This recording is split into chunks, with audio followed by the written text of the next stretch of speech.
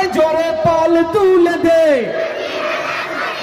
ছেড়ে দে নৌকায় আমি, ও তুই ছেড়ে দে নৌকায় আমি। ভালো লাগতেছে? এই বাংলাদেশ শতকরা 92% মুসলমানের বাংলাদেশ, ঠিক কিনা? এই বাংলাদেশ কোন নাস্তিক বেঈমানের ঠাই হবে না। এই বাংলাদেশে কোন মাজার পূজারীর ভণ্ডার ঠাই হবে না, ঠিক কিনা মুসলমান? কোন স্কুলের ঠাই এই বাংলার জমিনে হবে না, হবে না, হবে না, ঠিক কিনা মুসলমান?